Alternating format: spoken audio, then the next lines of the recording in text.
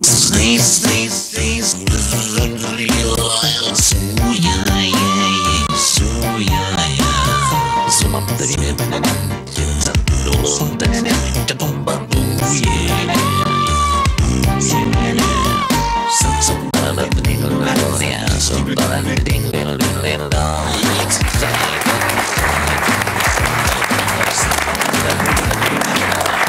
Messieurs,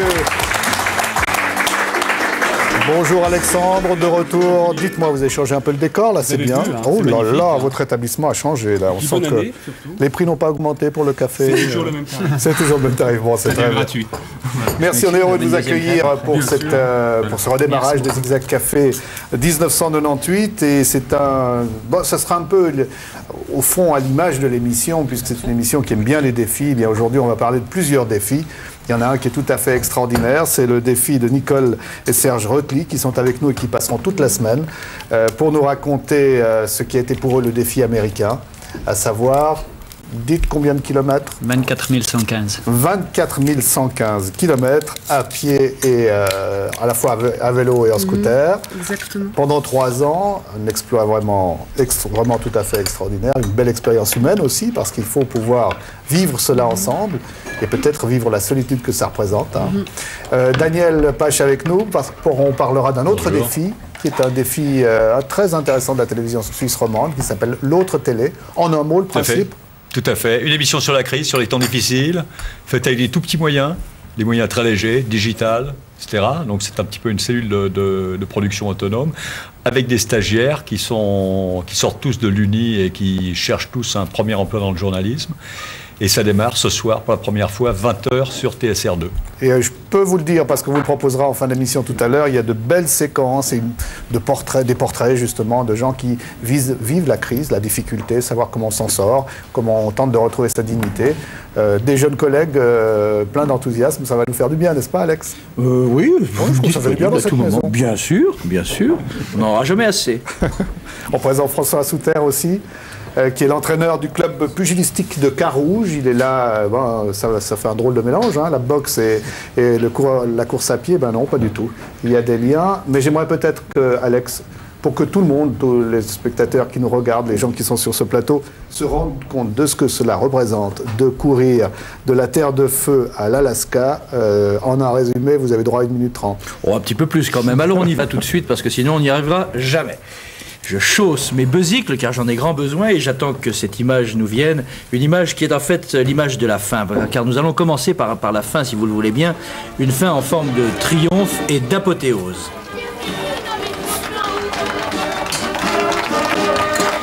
C'était à Sion au matin du dimanche 21 décembre dernier. Après 3 ans d'absence, Serge et Nicole retrouvaient les leurs, les parents, la famille, les amis. Au passage, on va reconnaître le fondateur de l'association François-Xavier Bagnoud, pour laquelle courait Serge, Bruno Bagnoud. Et puis aussi un aventurier comme Serge, son ami de longue date, Bertrand Picard. Sans oublier, bien sûr, les 2 enfants de Serge, Steve et Clara, qui avaient eu, eux, la chance de rejoindre leur aventurier de père en Amérique du Sud, aux États-Unis et au Canada. 3 ans donc sur la plus longue route du monde, à l'extrême sud de l'Amérique du Sud, Ushuaia. Ushuaia et la Patagonie. La Patagonie, c'est aussi le royaume du Puelche. Le Puelche, c'est un vent incroyable. Voici aussi un des... Et voici, alors ça, il faut quand même que je vous le montre, c'est la fin du vélo. Ça, c'est la fin du vélo, c'est l'accident, on en reparlera tout à l'heure. Et à partir de là, il n'y a pas eu de trop grande gravité. Ça a été une moto. Voici déjà un autre continent. On est à San Francisco, sur le Golden Gate Bridge. Ça fait déjà 2 ans que Serge court comme ça tous les jours, pratiquement l'équivalent d'un marathon. Et puis après le printemps, c'est l'été. L'été passé dans l'ouest canadien. On est là dans la région de Prince Rupert. Et la route continue avec des rencontres parfois pas très agréables. C'est en tout cas l'une des craintes de Nicole, les ours. Et puis avec le retour de l'hiver, les ours se terrent, le Père Noël sort de son trou à son tour, la Terre de Feu est loin, l'Alaska approche, on y est même déjà. C'est le 4 décembre 1997. Fairbanks, la plus grande ville de l'Alaska, au centre de l'Alaska, accueille Serge et Nicole. Il est midi précise lorsque Serge franchit le ruban, l'arrivée. Voilà, je vous ai tout dit en un peu plus d'une minute et demie et pour eux, ça a représenté 3 ans. Merci Alex. Ouais, j'aurais peut-être une première question à vous poser quand même. Je suis sûr que ça va intéresser l'équipe de l'autre télé qui est avec nous, et Daniel Pache. À savoir, vous avez couru pendant 3 ans. Vous avez été ensemble à l'étranger pendant 3 ans. Vous retrouvez la Suisse. Est-ce que les choses pour vous sont différentes? Est-ce que, je ne sais pas, les situations sont différentes, les gens sont différents de ceux que vous aviez quittés il y a 3 ans? Mais écoutez, ce qui m'a frappé le plus en arrivant en Suisse, c'est tout est petit. Et en prenant ma voiture sur les routes, j'avais très peur. Tout le temps avec Serge, je disais, mon Dieu, mais ici c'est trop petit. Ou bien pour vous dire, le premier jour on a été faire des courses, ça a été l'étouffement total. Et on était complètement désorientés. Et puis le paradoxal, c'est que on s'est débrouillé pendant 3 ans dans les pays étrangers. Et quand je suis arrivée en Suisse, j'avais l'impression de ne plus rien savoir faire. Et puis une chose aussi qui m'a frappée, c'est la tristesse dans les gens. J'ai senti que les gens n'avaient plus de passion dans les regards. Et c'est vrai que si aujourd'hui on peut apporter un peu plus de passion avec Serge, ça sera chose réussite. Passion d'aventure. Vous avez ressenti cela aussi, Serge? Bon, au niveau de la passion, ça c'est clair. On voit très bien que le petit feu qui brille dans les yeux des gens, on a un petit peu de la peine à le rencontrer, mais je ne sais pas si nous, on l'a encore pendant très longtemps. C'est clair, on a eu la richesse et le temps que les autres n'ont pas eu. On a eu le temps d'enregistrer tellement de choses fantastiques. Le côté petit aussi, mais inversement, j'ai eu un certain plaisir de rentrer en Valais parce qu'il y a Clara Steve qui m'attendait depuis longtemps et moi aussi. Et il y a aussi les Alpes. Les Alpes, je reste toujours attaché à mes Alpes. Quoi. Alors, bon, on vous a dit, je suis sûr, au passage, lorsque vous courriez, ah voilà Forrest Gump, parce que ça vous énerve quand on vous dit, voilà Forrest Gump qui court encore. Non, alors absolument pas. Primo, en Amérique du Sud, je l'ai entendu quelques fois, mais encore pas trop. Mais à passer la frontière californienne, c'était le mot numéro 1. Donc c'était Forrest Gump tous les jours. Et, finalement, c'est devenu un jeu sympathique. Même Nicole m'appelait Forrest de temps en temps. Alors il faut préciser que Forrest Gump, ce fameux film américain, eh bien, Forrest Gump court, mais quand finalement il arrête de courir, il dit, tiens, je me suis arrêté simplement parce que j'étais fatigué. Vous, c'est pas tout à fait la même chose, parce que vous allez courir pour une raison. Ces 3 ans, vous poursuivez quel objectif? L'objectif principal et pour lequel a été monté le projet entre Nicole et moi, c'était de récolter des fonds pour l'enfance malheureuse, pour des gens qui en ont beaucoup plus besoin que vous et que moi-même réunis. Et je crois que ce but-là, on ne l'a jamais vraiment oublié. Ça a été une motivation extrêmement forte et il faut que ça laisse une trace. Je veux dire, c'est vraiment l'idée première et importante. Sans cette raison humanitaire, la course n'aurait jamais existé. On en a des images là, ça vous rappellera peut-être pour ceux qui suivent régulièrement Zigzag Café qu'au cours de notre dernière semaine de 1997, nous recevions les représentants de la Fondation François-Xavier Bagnoud, à savoir surtout Madame Albina de Bois-Rouvray, et que c'était pour cette raison-là, pour ces enfants qui à la fois, soit à Sao Paulo sur ces images, soit en Birmanie, sont des enfants victimes du sida et qu'il faut aider, que vous avez décidé de courir. Vous aviez en tête de temps en temps ces images qu'on est en train de voir là? Ces images personnelles, là, pas, mais on avait ça en tête absolument tous les jours. Je veux dire, on en a parlé tous les jours et on était confrontés à ces réalités-là tous les jours, en tout cas les 2 premières années d'Amérique latine. Pour nous, tous ces visages rencontrés, ça a été notre ligne magique. Parce que combien de fois avec Serge, on a été découragés. Et en pensant à la tristesse des regards, ça a été vraiment une motivation très profonde. Et sans ces enfants, je ne sais pas si on aurait réussi. Ouais. Courage extraordinaire. On a essayé. Non, mais bon, il ne faut pas non plus oublier, c'est que c'est un choix libre. Donc, je veux dire, quand on a vu la difficulté de survie de millions d'enfants en Amérique latine, bien souvent, nous, on avait le courage parce qu'on a choisi, nous, quand j'ai mal aux pieds ou quand j'ai des problèmes d'estomac ou comme ça, c'est un libre choix et ça, il ne faut pas l'oublier. Ça a été notre grande richesse, quoi, celle que n'ont pas. Bien sûr. Et expliquez quand même, donc l'objectif, c'était 5 francs par kilomètre. Que vous essayez d'obtenir de la part de gens qui étaient du public, qui étaient intéressés par cela.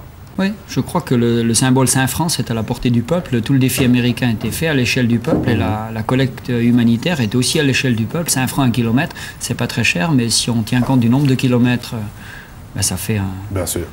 Alors vous êtes rentré, on va être clair, vous êtes rentré un petit peu déçu en vous disant on aurait voulu encore obtenir plus que les 80 à 100 000 francs qu'on a réunis. On peut comprendre, parce que l'effort était gigantesque.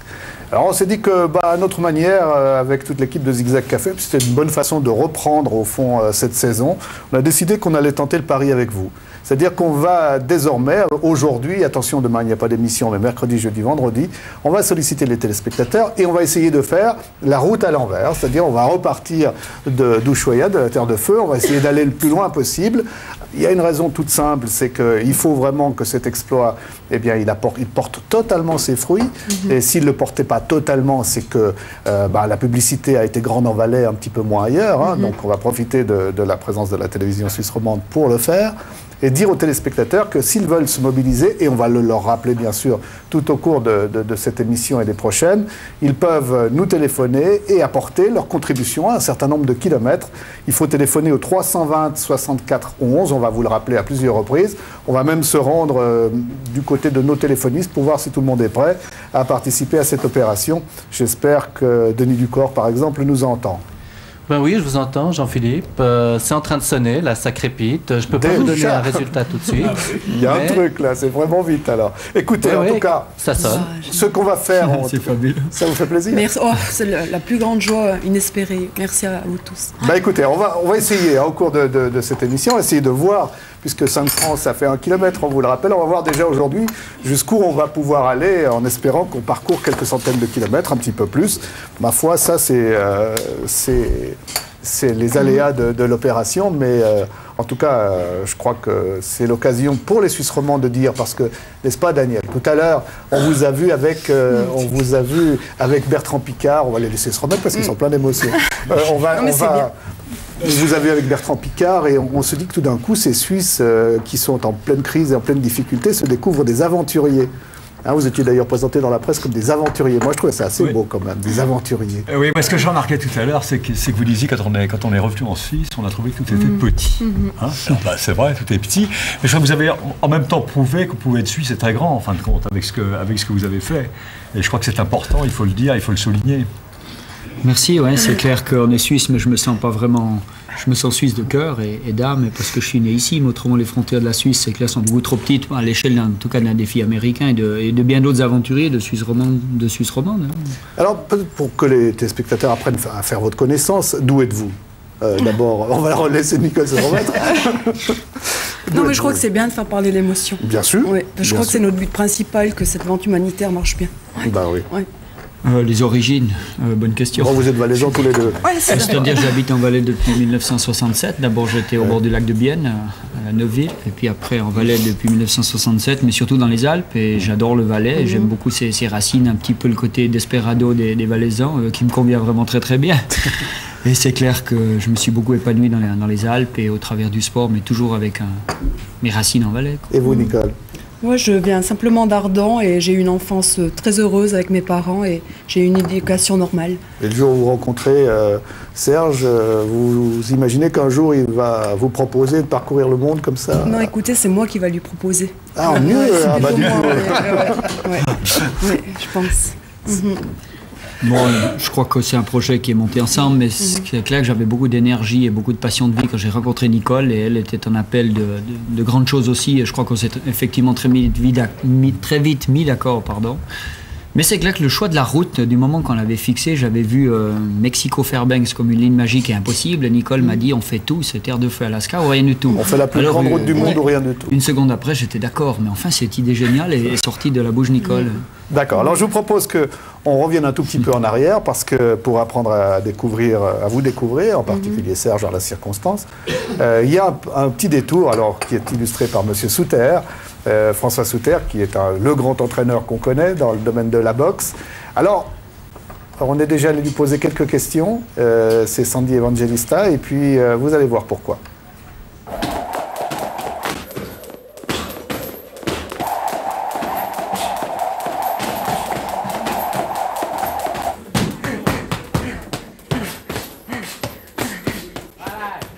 Là. Mais toujours au même endroit, hein. Surtout pas rester avec les talons par terre. Voilà, t'écartes un peu plus tes jambes. Là. Chaque fois, tu décontractes. Quand tu donnes la droite, tu décontractes ton pied, ta jambe droite. Quelle qualité faut-il avoir pour être un bon boxeur? Il faut avoir du courage, de la persévérance et de la résistance. Une, deux, trois. Est-ce que c'est des qualités que Serge Retelier a ou avait? Oh, il les avait, parce que on ne devient pas champion suisse n'importe qui, hein. Non, non, il était vite, précis, bon ben, c'est automatique, s'il est vite, il est précis. Non, non, puis il était résistant. Voilà, sors du coin. C'est bien, David. Tourne pas la tête. 30 secondes. Serge Retelier. Ça, c'est un bon petit gars. Oui. Quand il était encore en Suisse avant de faire son périple. Regarde ce que tu fais. Il boxait bien, déjà. C'était un poids coq, plume. Il faisait 54, 58 kilos. Il a boxé dans l'équipe suisse. Il a fait des jolis combats. Il était volontaire, il était courageux, malgré son handicap de petite taille. Mais lui, il a toujours été jusqu'au bout de ses idées. Il était assez, on pourrait dire, assez crosson. Hein? Il aimait pas se faire donner des coups, il se laissait pas faire. Pour ça, c'était bien. Je me souviens encore très bien de lui.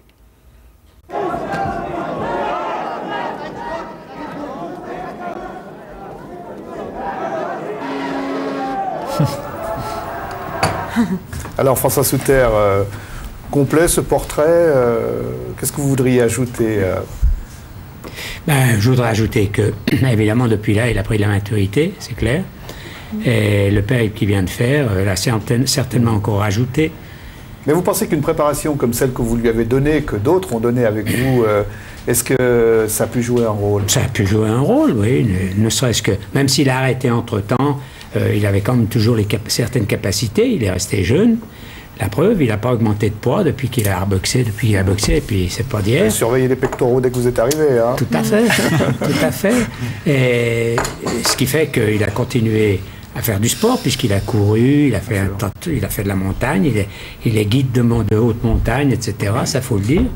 Et quand il parle qu'il aime bien ces montagnes, c'est vraiment ça. Quand il va avec des clients dans les... Puis alors, écoutez, montrez-nous ce que vous nous avez apporté là, qui est juste en dessous de la table. Oui. Parce que on a montré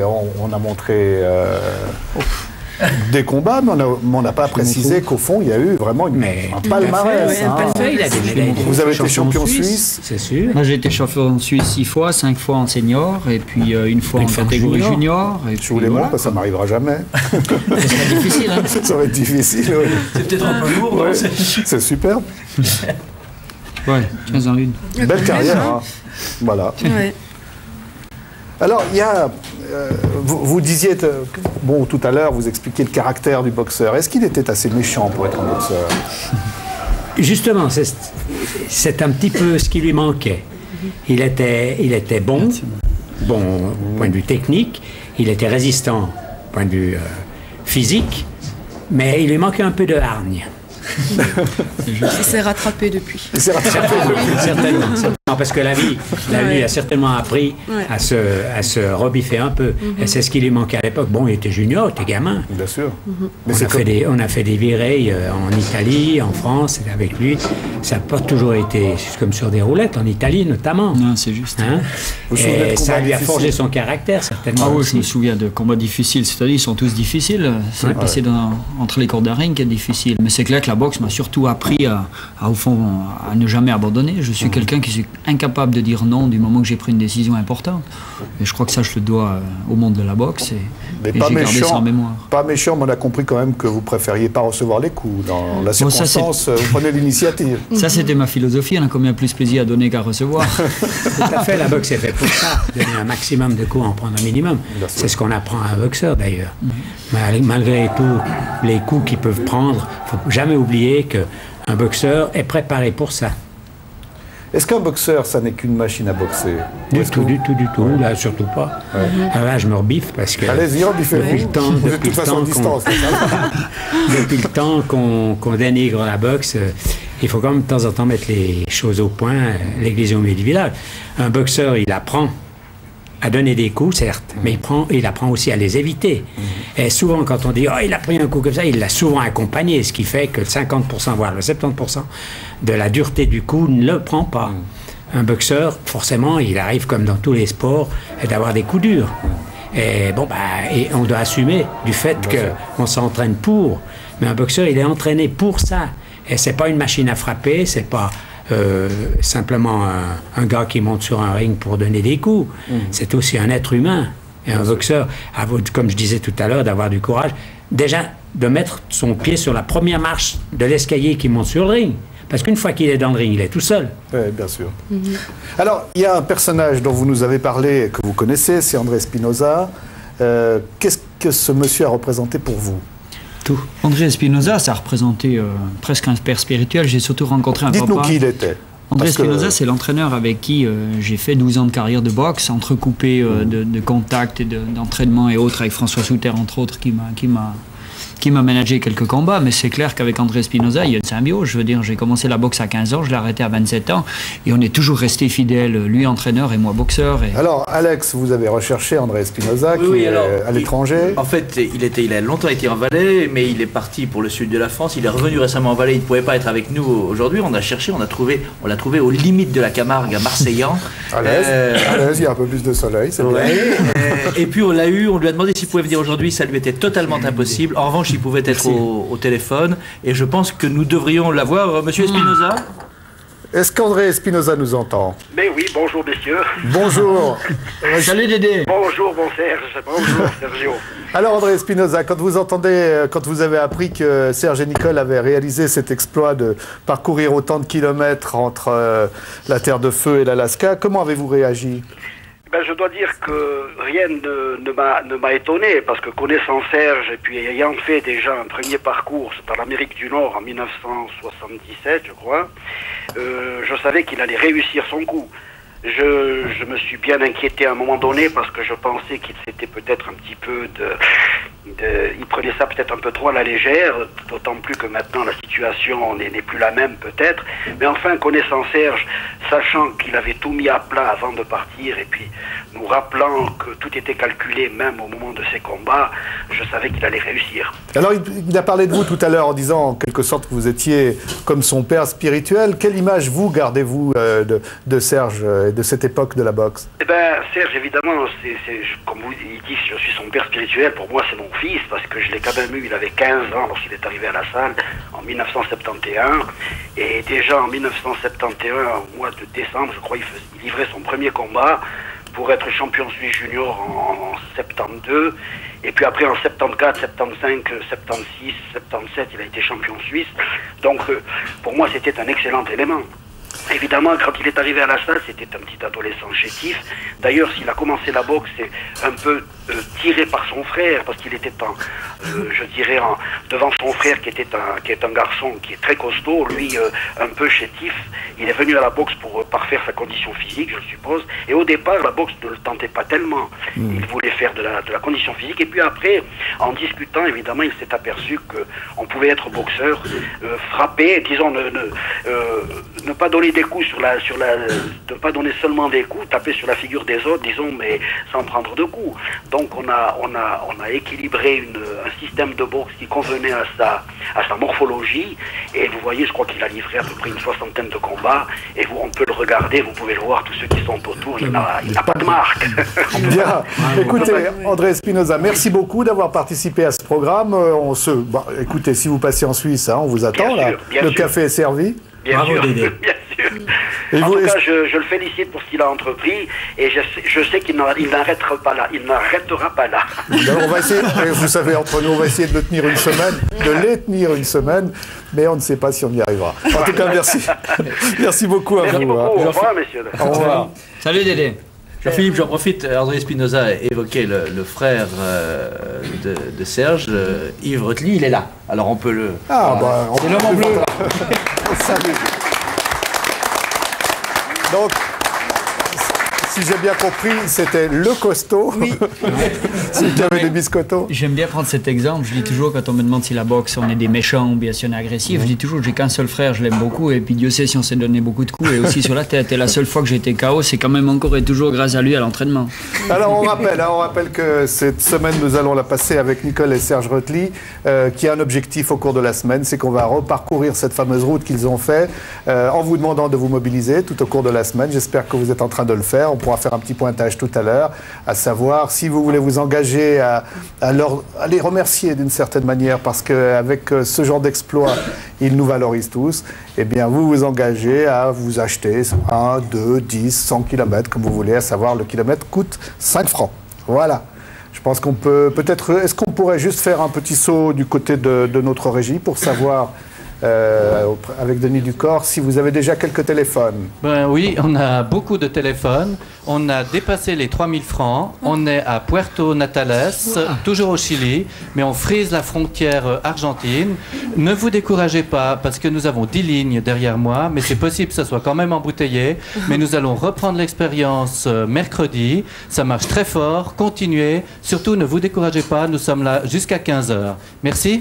Eh ben, dites donc, c'est bien ça. Hein. Je m'aperçois que ça va plus vite qu'en courant et j'en suis Aujourd'hui, il vaut mieux quand même, parce que sans ça, on risque de durer toute l'année. Bon, alors je vous propose qu'on revienne maintenant alors, sur cet exploit. Peut-être avec une précision, parce que François Souter y a fait allusion tout à l'heure. On ne court pas d'un seul coup une distance aussi grande. Vous êtes quelqu'un qui a beaucoup couru avant, avec d'autres exploits avant celui-là.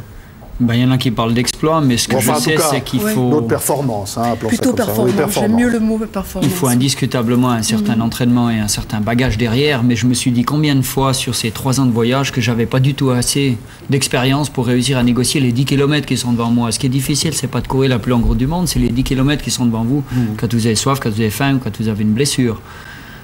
Parce que c'est vrai, j'ai lu dans un journal ce week-end qui vous présentait, il disait c'est un exploit quand même extraordinaire parce que ça représente 17 marathons par mois. C'est une image qui vous convient, ça, 17 marathons par mois? Alors, parfaitement, c'est un marathon tous les 2 jours, un petit peu plus, mais c'est surtout dans les conditions choisies de la course qui a été difficile. C'est pas tellement de courir, c'est tout le reste finalement. Alors, Alex, la préparation. Alors, la préparation, j'ai eu la chance de faire la rencontre de Serge et Nicole quelques dizaines de jours avant leur départ pour Ushuaia, pour l'Amérique du Sud. C'était en Valais, au-dessus de Savièse. Il faisait mauvais, à peu près aussi mauvais que vous avez pu avoir dans le sud de l'Argentine ensuite. Et je vous propose que nous voyions ensemble ces images, ça va vous permettre de les commenter. Voilà donc le vélo qui va finir sa course quelque part au milieu de la Patagonie, dans une rencontre un peu brusque avec une automobile argentine. Et puis, je vous laisse nous dire ce que ça signifiait et en fait, ce qui se passait dans votre tête quand vous vous prépariez à ça. Pour moi, ça ressemblait à un si frêle esquif que je ne pensais pas, en particulier pour la remorque qui est là dans le studio avec nous aujourd'hui, je ne pensais pas qu'elle ferait le quart du voyage et voilà qu'elle a fait. Et puis vous aussi, enfin, l'entraînement physique. Je crois que notre force a justement été ce frêle esquif, c'est-à-dire qu'on était au contact du peuple, sans discordance avec personne, on était un petit peu à l'échelle du peuple. Et ça a été notre protection et notre force. Nos 3 pièces et demi, là, ici derrière, sur la petite remorque pendant 3 ans. Donc on était extrêmement mobile et extrêmement fiable. Et la remorque, au contraire de l'aspect qu'elle donne, a été achetée chez un artisan suisse à Bâle. Lui, il ne doit même pas le savoir à l'heure actuelle. Bah, dis donc. Et elle a fait tout le voyage. Et puis là, on voit que pour Nicole, c'est rude à vélo, là. Bon, écoutez, là, c'était un peu de la rigolade, mais non, mais pour vous dire, une fois qu'on est dans le pays, c'est beaucoup plus dur. Et c'est vrai que pour moi, le vélo, ça a été une passion. C'est moi qui ai choisi le vélo parce que je voulais être au contact de l'effort et surtout avoir les mêmes émotions que Serge. Et on s'est rendu compte très vite que le vélo, ça n'irait pas. Et pour moi, le vélo, ça a été une histoire d'amour entre moi et le vélo. Et au moment où on a eu l'accident et qu'on a dû arrêter le vélo, pour moi, ça a été une catastrophe. Parce que là, pour moi, personnellement, je n'avais pas réussi le défi américain. Et Serge m'a dit, Nicole, tu verras, dans les yeux du monde, tu vas réussir le défi américain, même si tu es sur une moto. Et pendant 1 semaine, j'ai pleuré jour et nuit parce que je devais abandonner mon vélo. Et puis, pour vous dire, après l'accident, là, je crois que ça a mis bien les choses au point. Et quand on a acheté le nouveau scooter, le premier jour, j'étais déjà heureuse d'avoir abandonné le vélo. Parce que c'est pas pour dire, mais question physique, c'est beaucoup plus facile. Alors, petit retour en arrière, le départ. Oui, alors c'était à Ushuaia, la ville la plus australe du monde. On est au bord du canal de Beagle. On ne peut pas aller en arrière, hein. De toute façon, on ne traverse pas. C'est le maximum, quoi. Oui, on peut aller jusqu'au Cap-Horn, mais disons qu'en tout cas, un vélo... Allez, on va partir de Choyer. Forcément, à partir de Choyer, on remonte. Hein. Oui. Et à ce moment-là, on traverse la Patagonie argentine avant de basculer sur le Chili. Et il y a là un vent qui s'appelle le Puelche, qui est vraiment la catastrophe pour les cavaliers, comme j'ai pu l'être à certaines époques, et surtout pour quelqu'un qui est à vélo. Je pense plus pour vous que pour Serge, d'une certaine manière, Nicole. Je me trompe? Non, moi je trouve pas, parce que l'effort physique était vraiment pour les deux. Et ce qui me choque un peu, c'est que tout le monde croit que le vélo a été beaucoup plus dur. Mais c'est pas vrai. Le vélo, c'est quelque chose de relativement facile. Tout le monde arrive à faire du vélo. Mais faire des kilomètres en course, je crois que personne n'arrive. Moi, je trouve que le vélo, c'est pas quelque chose de si difficile. Mais je crois qu'il y a une notion qui est importante quand même, et elle va transparaître tout au cours de la semaine. Hein. C'est que vous n'avez pas suivi votre mari. Exactement, c'est un terme que je déteste. J'ai senti ça. Exactement, vous avez raison. C'était pas le bon terme. Non, c'est pas le bon terme. J'ai partagé le défi américain parce que je déteste quand on me dit j'ai suivi mon mari.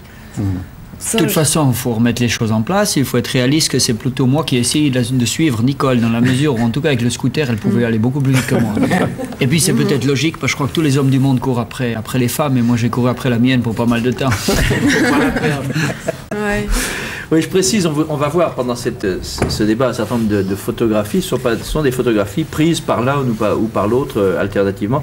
On a vu tout à l'heure des pingouins brièvement. Vous avez eu le temps, ou des manchots, vous avez eu le temps de vous intéresser à la nature, ou bien il y avait la route et les obligations? On a pris le temps, je ne sais pas si on a pris le temps, on a eu le temps qu'on a eu, c'est-à-dire qu'on n'a pas du tout fait un voyage de tourisme, on n'est pratiquement jamais sorti de la ligne magique de Terre de Feu Alaska. Par contre, on a extrêmement bien vécu la route sur laquelle on était, aussi bien avec les peuples qu'avec la nature, qu'avec nous-mêmes. Donc ça a quand même permis, à l'allure de 12 km/h, qui est mon rythme de croisière en course à pied, de capter toutes les petites choses qu'il est impossible de capter en voiture ou même à bicyclette, quoi. Donc notre route, on l'a bien vécue, et toutes les images sont prises au fond, au long de notre route, sans jamais en être vraiment sorti, quoi. Alors là, on est encore en Patagonie, dans les images qu'on est en train de voir, avec le vent, on voit comment il faut s'équiper pour y faire face. Et puis, à un moment précis, vous allez basculer de l'autre côté, traverser la cordillère, être donc dans ce pays très très long qu'est le Chili, 6000 km d'un bout à l'autre, avec un climat à latitude égale qui est un climat totalement différent. Et vous allez entrer dans les déserts, dans le désert d'Atacama qui est au nord-est de Santiago du Chili, qui mène vers la Bolivie, et vers le Pérou. Et là, vous allez à la fois faire des rencontres et avoir votre deuxième peur, parce que la première peur, c'était en effet celle de l'accident qu'on voit en ce moment. La deuxième, c'est que tout de même, tous les hommes ne sont pas forcément bons, surtout lorsqu'une femme est belle. Racontez un peu là, je trouve que vous n'en dites pas assez là. C'est ton côté fort. Vous avez une grosse frayeur, c'est ça? Enfin, une frayeur, en tout cas. Non, ça aurait pu être dramatique, mais vu qu'on a eu quelqu'un qui nous a protégés très fort, je ne sais pas comment il s'appelle, tout s'est bien passé pour finir. C'était un douanier qui voulait abuser de son pouvoir, si j'ai bien compris. Oui, et puis je crois que c'est une réalité. On est arrivé très fatigué, il faisait moins 25 à 4500 mètres d'altitude, et on nous a refusé le passage en douane pour des histoires de papier jaune, parce que c'est le jaune qui est important, ils ne savent pas lire. Ils savent pas lire. Et le douanier, en fin des fins, nous héberge chez lui, mais en somme, il essayait de nous donner la chance à Nicole de pouvoir passer la frontière le lendemain. Et toute la nuit, il nous a vraiment crassé en demandant toute la nuit avec la lampe de poche, est-ce que tu viens faire l'amour avec moi? Est-ce que tu devrais venir dormir avec moi? Tu auras plus chaud qu'avec ton mari. Et puis on savait pas très bien où allait s'arrêter cette histoire, mais il faisait moins 18 dehors, on était à 4500 mètres, on s'est tenu à carreau, et j'ai dit, tant qu'il touche pas à Nicole, on gardera les souvenirs de boxe pour ce jeune âge, quoi. Parce que il faut quand même préciser, je crois que cette anecdote le dit bien, là aujourd'hui on vous salue, je pense que dans le pays on va vous reconnaître maintenant, vous allez donner des conférences, vous allez écrire un livre très certainement, mais que pendant tout ce temps-là vous étiez seul. Vous étiez seul avec très peu de matériel, vous étiez vulnérable. D'une certaine manière. Oui, je crois qu'on était très vulnérables, et comme je le répéterai toujours, ça a aussi été notre force, parce que finalement on dégageait ce qu'avait le peuple, c'est-à-dire pas grand-chose. Mais enfin, il a fallu faire face absolument à tout, même avec les contrats en Suisse, avec les amis, avec mes enfants, et avec les gens dans le pays, surtout les douanes, les corruptions, les gens qui abusent leur pouvoir, les gens qui profitent de Nicole ou qui profitent de moi. Faire attention absolument à tout, mais c'est au fond ça la richesse de la ligne magique. Je veux dire, il a fallu se démerder exactement avec ce qu'on avait, c'est-à-dire la remorque, le scooter, Nicole et moi, avec nos compétences en bien ou en mal. Est-ce que par moments vos racines vous manquaient? le hardon. Mais écoutez, surtout au début, je me rappelle les 3 premiers mois du voyage, je faisais déjà le compte à rebours. Je me disais, va bien, il ne reste plus que 20 mois. Et après, au fil des jours, je me suis rendu compte que quelque chose s'est passé en moi. Ça a été complètement différemment. Et pour vous dire que je ne voulais plus rentrer. À part revoir ma famille que j'adore, mon frère, les enfants de Serge aussi, que pour moi c'est mes enfants de cœur. J'essaye de donner le maximum de moi-même.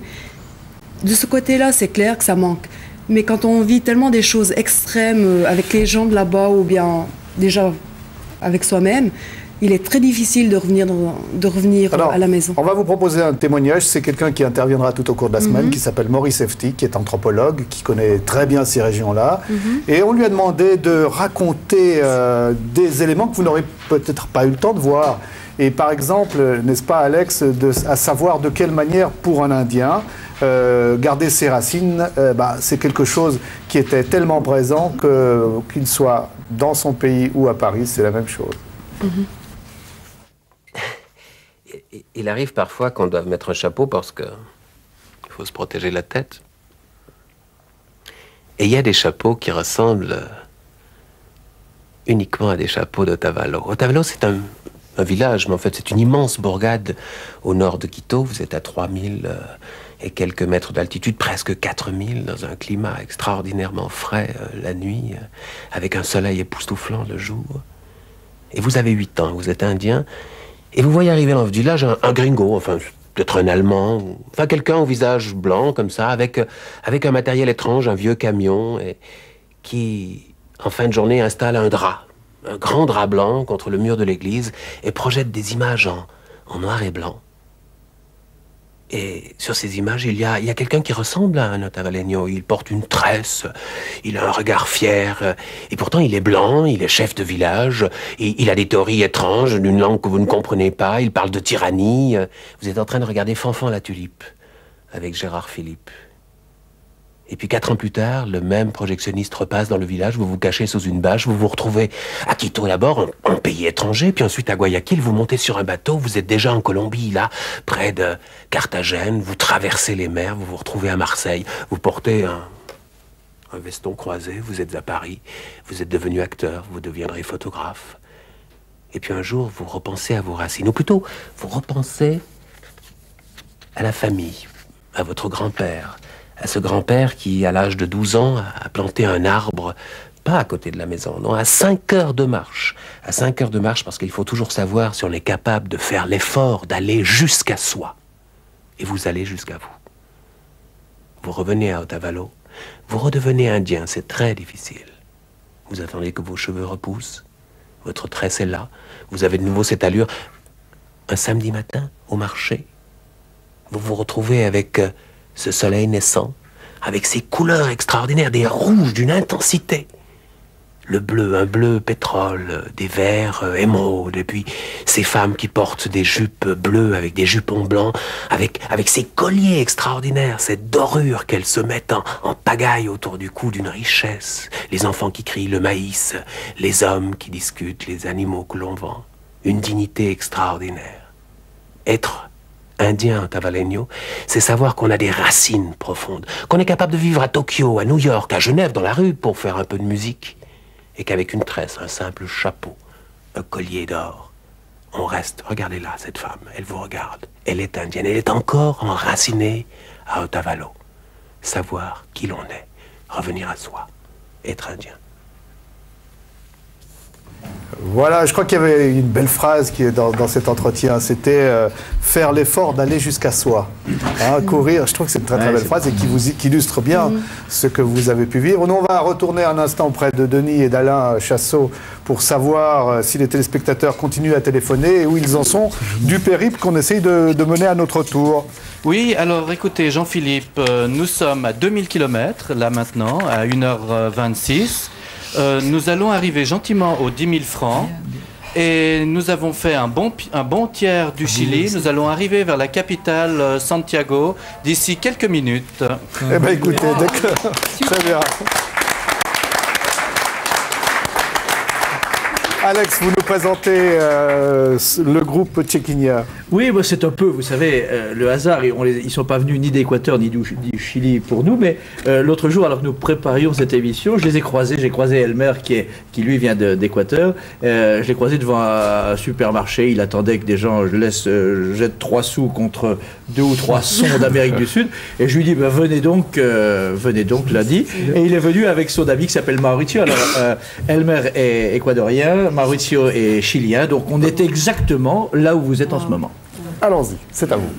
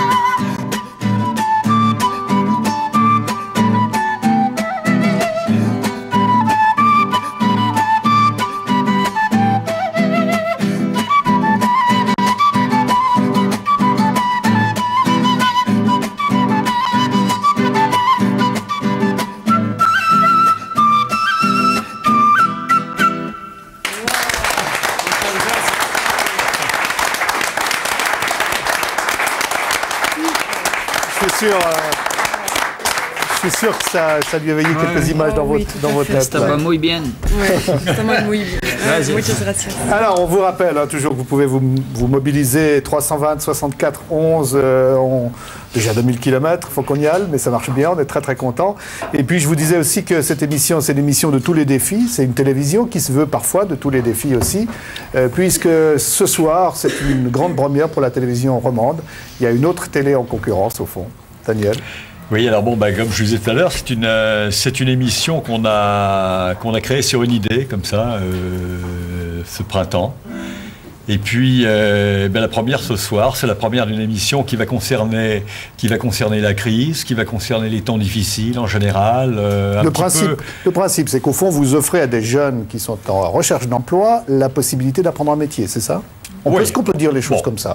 On ne peut pas tout à fait les dire comme ça, vu que le stage n'est pas un stage diplômant, si vous voulez. D'accord. On ne sort pas ces 6 mois de stage, donc c'est un stage fiable, de 6 mois.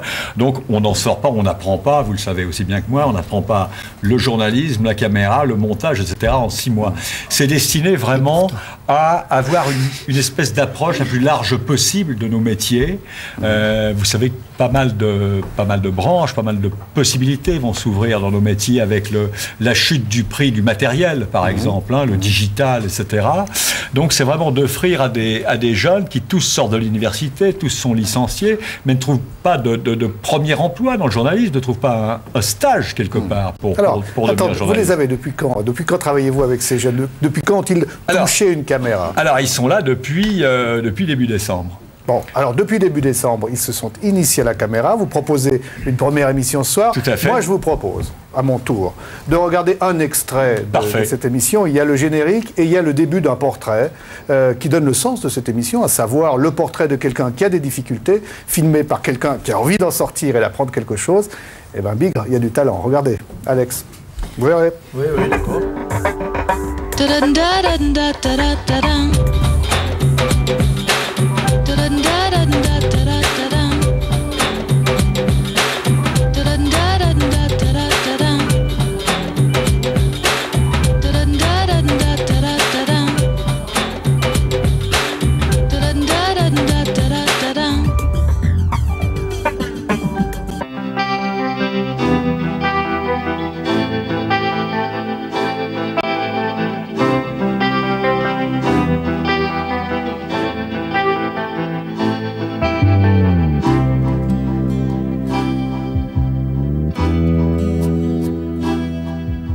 Je m'appelle Éric Jacquereau, j'ai 46 ans et je vis aujourd'hui avec 2100-2200 francs par mois. J'avais envie un petit peu de parler de cette nouvelle réalité en Suisse qui est la pauvreté. J'ai profité pour cela d'utiliser Internet et puis en parler un petit peu à l'échelon planétaire. J'essaye, disons le plus possible, de devenir un peu philosophe, de ne pas trop me souvenir en ce qui me concerne des années passées. C'est presque plus difficile d'avoir connu des années de prospérité, en quelque sorte, et puis tout d'un coup, par la conjoncture, par les problèmes qui se sont greffés, se retrouver aujourd'hui ce qu'on appelle les pauvres, en fait, tout simplement.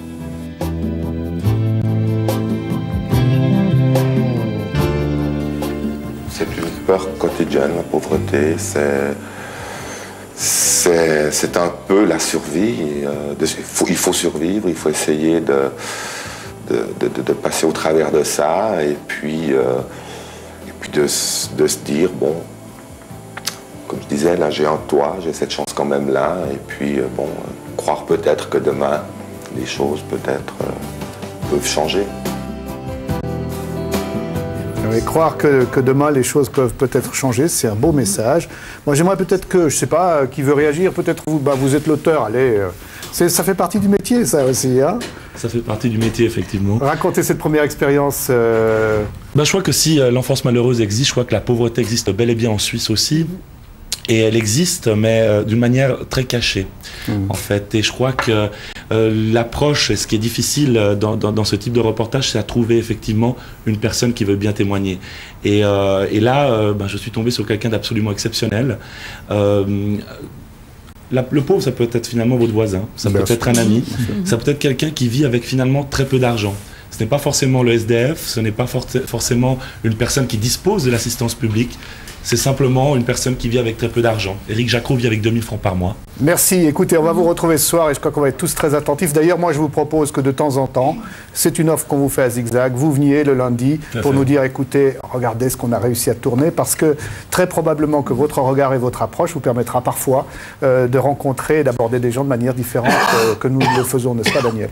Tout à fait. Et le but de cette émission, je crois qu'il faut le préciser, c'est pas, bon, il y a des petits reportages, c'est pas seulement de faire des reportages sur des gens, comme on le fait ailleurs dans cette maison, mais c'est aussi de les aider quelque part, de leur donner des trucs, de leur donner des clés pour mieux vivre ou pour mieux survivre surtout. Alors, émission bimensuelle? Non, c'est un hebdo, toutes les semaines, tous les lundis à 20h sur TSR2. On n'arrête pas le progrès, en attendant que vous soyez quotidien, c'est ça? Tout à fait. En tout cas, vous c'est le stade suivant. Un grand succès, retour très rapide auprès de nos responsables des téléphonistes, à savoir où en sommes-nous, dites-nous? Ben oui, Jean-Philippe, je peux le dire, vous avez été formidable, mais continuez. Nous avons 12 000 francs juste maintenant et nous avons dépassé Santiago du Chili. On continue sur la montée. Ne vous découragez pas, on a 10 lignes, mais continuez jusqu'à 3 h, notre stand est ouvert et on reprendra mercredi. Donc demain, pas d'émission, mais mercredi, continuez à nous appeler. Merci beaucoup. Voilà, merci à vous, ça c'est formidable, hein, c'est vraiment bien. Bah, je dois vous dire que leur bonheur fait plaisir à voir. Hein. Et puis on va, bon, c'est vrai que pour des raisons de ski, demain nous ne serons pas là, mais nous serons mercredi, jeudi, vendredi. C'est-à-dire qu'on va mettre une énergie encore plus grande ces 3 jours pour voir jusqu'où nous irons. Hein. On n'est pas sûr d'aller jusqu'en Alaska, mais on ira le plus loin possible tous ensemble et aller savoir, parce que je trouve que les téléspectateurs et les téléspectatrices se mobilisent superbement. On peut peut-être vous proposer, parce que le voyage continuera dès mercredi, hein, on s'en réjouit déjà, mais on pourrait peut-être terminer cette émission de musique si vous vouliez bien. Merci à tous les deux.